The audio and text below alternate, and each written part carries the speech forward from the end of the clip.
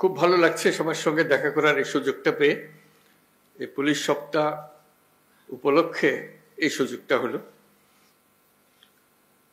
আপনাদের কাছ থেকে কিছু প্রাথমিক বক্তব্য শুনলাম, শুনে বুঝতে পারলাম যে অনেকগুলো কাজ অসম্পূর্ণ রয়ে গেছে, যেটা আমাদের পক্ষ থেকে করা উচিত। এর আগে একবার বসছিলাম আমরা নিজেদের মধ্যে, আমার কাছে খুবই খারাপ লাগছিল যে কিরকম পরিস্থিতিতে আপনাদেরকে কাজ করতে হয়। আমার জানা ছিল না যে দৈনন্দিনভাবে যে কঠিন অবস্থায় আপনাদেরকে জীবনযাপন করতে হয়, সেটার মাত্রা কত গভীর। তাৎক্ষণিকভাবে আমরা কিছু সিদ্ধান্ত নিয়েছিলাম, সেটা আশা করি বাস্তবায়ন হয়েছে। কদ্দূর হয়েছে সেটা আবার খোঁজ নেব। আজকের বৈঠকের যেটা প্রধান ফল হবে, আপনাদের বিষয়গুলো আবার উঠলো আমার কাছে, যেটা নিয়ে আবার বসবো, যাতে আপনাদের একটা সহায়ক পরিস্থিতির সৃষ্টি করা যায়, যাতে আপনাদের কাজ করার মধ্যে একটা উৎসাহ আসে এবং পরিস্থিতি আপনাদের সহায়ক হোক। আজকে ভালো লাগলো যারা প্রযুক্তির মাধ্যমে বিভিন্ন জায়গা থেকে উপস্থিত আছে। আমি দেখছিলাম কোথা থেকে এসছে, সারা বাংলাদেশ জুড়ে সব জায়গা থেকে যোগদান করেছে। তাদের সবাইকে আমি দূর থেকে সালাম দিচ্ছি। আশা করি সুযোগ হবে ভবিষ্যতে একসঙ্গে বসে আলাপ করার। আমি লিখিত বক্তব্য পাঠ করি। বিসমিল্লাহির রহমানির রহিম। সম্মানিত উপস্থিতি ও প্রিয় পুলিশ সদস্যবৃন্দ, পুলিশ সপ্তাহ 2025 উপলক্ষে বাংলাদেশ পুলিশের সকল সদস্যকে আমি আন্তরিক শুভেচ্ছা ও অভিনন্দন জানাচ্ছি। এই অনুষ্ঠানে আপনাদের মাঝে উপস্থিত হতে পেরে আমি অত্যন্ত আনন্দিত। 71 সালে মহান মুক্তিযুদ্ধের প্রাক্কালে 25শে মার্চ কালো রাতে রাজারবাগ পুলিশ লাইন্সে বাঙালি পুলিশ সদস্যরা সর্বপ্রথম সশস্ত্র প্রতিরোধ গড়ে তোলেন। এই ইতিহাস ভোলার নয়। বাংলাদেশ পুলিশ বাহিনীর গৌরবময় ইতিহাসে এটা মহাগৌরবের অধ্যায়।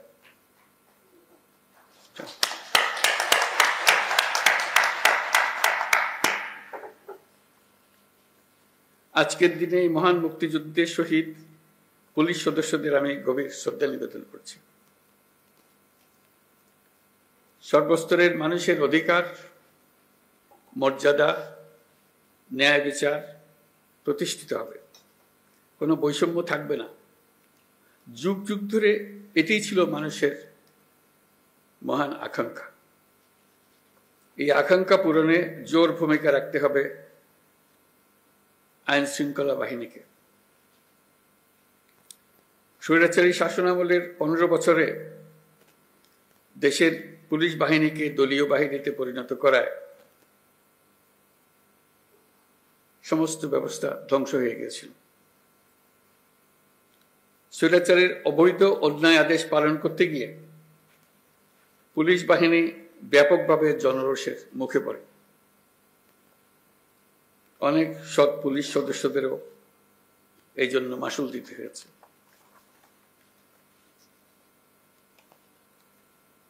প্রিয় পুলিশ সদস্যগণ, গত আগস্টে অন্তর্বর্তী সরকার যখন দায়িত্ব গ্রহণ করে, সে সময় এদেশের আইন শৃঙ্খলা বাহিনী ভঙ্গুর অবস্থায় ছিল। পুলিশের সঙ্গে জনগণের দূরত্ব সৃষ্টি হয়েছিল। সরকার পরিস্থিতির উন্নতির জন্য যা কিছু প্রয়োজন সব রকমের ব্যবস্থা নিয়েছে। সড়ক মহাসড়কে বিশৃঙ্খলা ও জনদুর্ভোগ নিরসন, বিশেষ অভিযান পরিচালনা, অংশীজনের সাথে পুলিশের আন্তঃযোগাযোগ জোরদার করা, পুলিশ সদস্যদের মনোবল বৃদ্ধিতে প্রয়োজনীয় প্রণোদনামূলক ব্যবস্থা নেওয়া হয়েছে। আপনাদের অক্লান্ত পরিশ্রমে শান্তিপূর্ণভাবে দুর্গাপূজা, বিশ্ব ইজতেমা, ঈদ উল ফিতর, বাংলা নববর্ষ সহ বিভিন্ন উৎসব অনুষ্ঠিত হয়েছে। দেশে যতগুলো অপরাধ হচ্ছে সবগুলো ঘটনায় তাৎক্ষণিক ব্যবস্থা নিতে আপনারা সর্বোচ্চ চেষ্টা করে যাচ্ছেন। পুলিশ ও অন্যান্য বাহিনীর সম্মিলিত প্রচেষ্টায় দেশের আইন শৃঙ্খলা পরিস্থিতি এখন অনেকটা নিয়ন্ত্রণে আনা সম্ভব হয়েছে।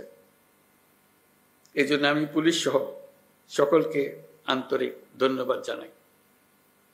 সবাই মিলে আপনার জোরে হাততালি দিন।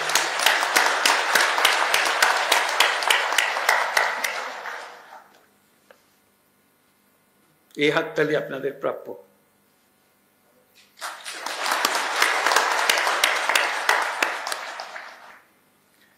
দেশের মানুষ নারীর প্রতি সহিংসতা প্রতিরোধে পুলিশ বাহিনীকে খুব শক্তিশালী ভূমিকায় দেখতে চায়। আমি আপনাদের প্রতি আহ্বান জানাই, নারী ও শিশুর নিরাপত্তায় সর্বোচ্চ সংবেদনশীল হয়ে কাজ করবেন। সকল শ্রেণী পেশার নারীরা যেন যে কোনো হয়রানির ঘটনায় পুলিশের হটলাইনে ফোন করে সর্বোচ্চ সাহায্য পায়, সেটি নিশ্চিত করবেন।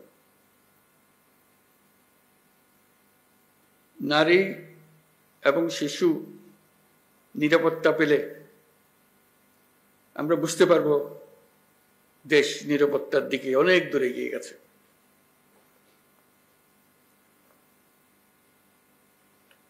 আমরা জানি পুলিশ বাহিনীর সামনে নানা সীমাবদ্ধতা ও চ্যালেঞ্জ রয়েছে।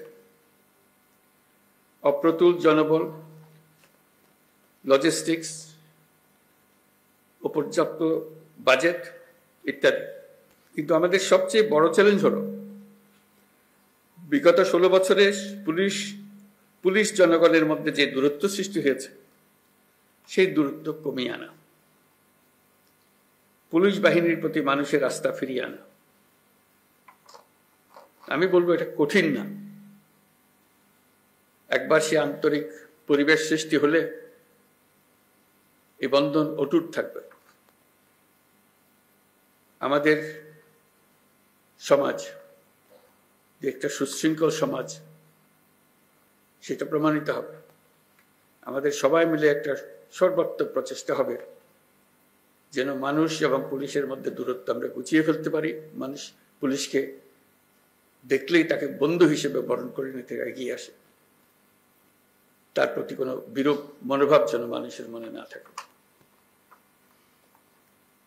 মাঠ পর্যায় থেকে শুরু করে সকল স্তরে আইন শৃঙ্খলা বাহিনীকে জনগণের বিশ্বাস অর্জনের জন্য কাজ করতে হবে। এই কাজটা আপনাদেরকেই করতে হবে। আর সরকারের দিক থেকে যা যা প্রয়োজন তা বাস্তবায়ন করা আমাদের দায়িত্ব। আমরা সে দায়িত্ব গ্রহণ করছি।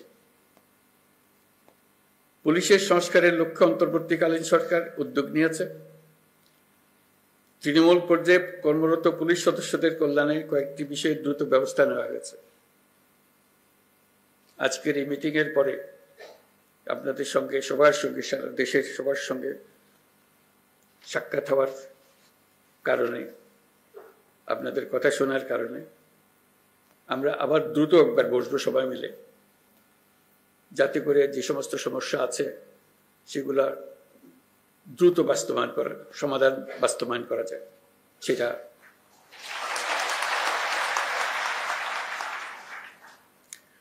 আপনারা জানেন, ইতিমধ্যে জাতির উদ্দেশ্যে দিয়ে একাধিক ভাষণে আমি বলেছি, চলতি বছরের ডিসেম্বর থেকে আগামী বছরের জুনের মধ্যে দেশে ত্রয়োদশ সংসদ নির্বাচন অনুষ্ঠিত হবে। সেই নির্বাচন যেন সুষ্ঠু ও শান্তিপূর্ণ উপায়ে অনুষ্ঠিত হয়, সেজন্য পুলিশ সদস্যদের ভূমিকা খুবই গুরুত্বপূর্ণ। নির্বাচনে সকল প্রতিদ্বন্দ্বী প্রার্থীর প্রতি সমান আচরণ ও ভোটাররা যাতে নির্ভয়ে নির্বিঘ্নে নিজেদের ভোটাধিকার প্রয়োগ করতে পারে সেই পরিবেশ নিশ্চিত করা আপনাদের এবং আমাদের সর্বোচ্চ দায়িত্ব। মনে রাখবেন, কোনো ব্যক্তি যদি অন্যায় বা অনিয়মের মাধ্যমে নির্বাচিত হয়, সে ব্যক্তির দ্বারা ন্যায় প্রতিষ্ঠা সম্ভব নয়।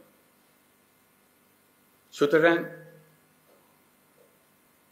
নিশ্চিত করুন যাতে কারো দ্বারা ব্যবহৃত না হন। সত্য ন্যায় প্রতিষ্ঠার ব্রত হিসেবে নির্বাচনে নিজেদেরকে নিয়োজিত করবেন। পুলিশ বাহিনীর সদস্য হিসেবে তারও চাইতে বড় বিষয় এদেশের একজন নাগরিক হিসেবে ভবিষ্যতে কখনো যেন পুলিশ বাহিনীকে দলীয় বাহিনী বা অন্যায় কাজে ব্যবহার না করা যায়, তার জন্য একটা সুষ্ঠু ও নিরপেক্ষ নির্বাচন অত্যন্ত জরুরি। নির্বাচনের আগের সময়টা অনেক কঠিন সময়। আপনাদের সজাগ দৃষ্টি রাখতে হবে পরাজিত শক্তি যেন কোনোভাবেই দেশকে অস্থিতিশীল না করতে পারে। আমি আগেও বলেছি, আবারও আপনাদেরকে নিয়ে স্মরণ করিয়ে দিচ্ছি সবাইকে, আমরা একটা যুদ্ধ অবস্থায় আছি। অশুভ চক্র আমাদের স্বপ্নকে, আমাদের ঐক্যকে ভেঙে দিতে সব শক্তি নিয়ে চেষ্টা করছে এবং চেষ্টা আরো কঠোরতর করবে। একে প্রতিহত করার জন্য আপনাদেরকে সব সময় সতর্ক থাকতে হবে, জাতিকে রক্ষা করার জন্য। বর্তমান অন্তর্বর্তীকালীন সরকার দায়িত্ব নেওয়ার পর থেকে আমরা ন্যায্য অন্যায্য আন্দোলনে মানুষকে রাস্তায় নেমে আসতে দেখেছি। এসব পরিস্থিতিতে আপনারা ধৈর্যের পরিচয় দিয়েছেন। আশা করি একই রকম ধৈর্যের পরিচয় দিয়ে আগামী দিনগুলোতে আপনারা কাজ করে যাবেন। পুলিশ জনগণের বন্ধু। পুলিশ বাহিনীকে সেই ইমেজ প্রতিষ্ঠা করতে হবে। এটা কঠিন হলেও এটাই ন্যায্য, এটাই আমাদের করতে হবে। প্রথমবারের মতো এবার পুলিশ সপ্তাহে ধর্মীয় নেতা, সাংবাদিক ও বিভিন্ন সম্প্রদায়ের নেতাদের সঙ্গে বৈঠক অনুষ্ঠিত হবে বলে আমি জানতে পারলাম। এই বৈঠকে পুলিশের উপর জনসাধারণের প্রত্যাশা নিয়ে আলোচনা হবে। আমার প্রত্যাশা হলো এটি যেন চলমান থাকে। প্রতি বছর পুলিশ সপ্তাহে যেন এ ধরনের বৈঠক অনুষ্ঠিত হয়, আর যেন পুলিশ সপ্তাহের জন্য অপেক্ষা করতে না হয়। সুযোগ পেলে এই ধরনের বৈঠক দরকার, তাতে পরস্পরের বোঝাবুঝিটা পরিষ্কার হয়ে যায়। পুলিশের সঙ্গে জনগণের দূরত্ব কমিয়ে আনতে এটা অত্যন্ত জরুরি। আমরা একটা ন্যায্যতার ভিত্তিতে গঠিত একটি বৈষম্যমুক্ত গণতান্ত্রিক বাংলাদেশ নির্মাণের স্বপ্ন দেখছি। আমরা দ্বিতীয় বাংলাদেশ গঠন করার স্বপ্ন দেখছি। জুলাই গণ অভ্যুত্থান আমাদের সেই সুযোগ করে দিয়েছে। এই সুযোগ যেন আমরা না হারাই। এই সুযোগ হারালে আমরা পরবর্তী প্রজন্মের কাছে চিরজীবনের জন্য দায়ী থাকব। বিশ্বের বুকে একটি শান্তিপূর্ণ সমৃদ্ধ দেশ হিসেবে বাংলাদেশ মাথা তুলে দাঁড়াচ্ছে এবং মাথা উঁচু করে রাখবে সবসময়। এই স্বপ্ন পূরণে আপনাদের ভূমিকা অনেক।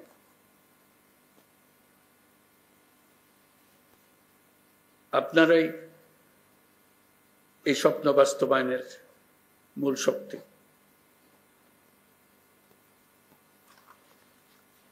পুলিশের কাজকর্ম, পুলিশের সঙ্গে মানুষের সম্পর্ক, এটা দেখেই সারা দুনিয়া বিচার করে। আমরা সভ্যতার কোন স্তরে আছি? আমরা সভ্যতার সর্বস্তরে যেতে চাই। এটাই আমাদের স্বপ্ন। এই স্বপ্ন বাস্তবায়নে আপনারা একটা অত্যন্ত গুরুত্বপূর্ণ শক্তি।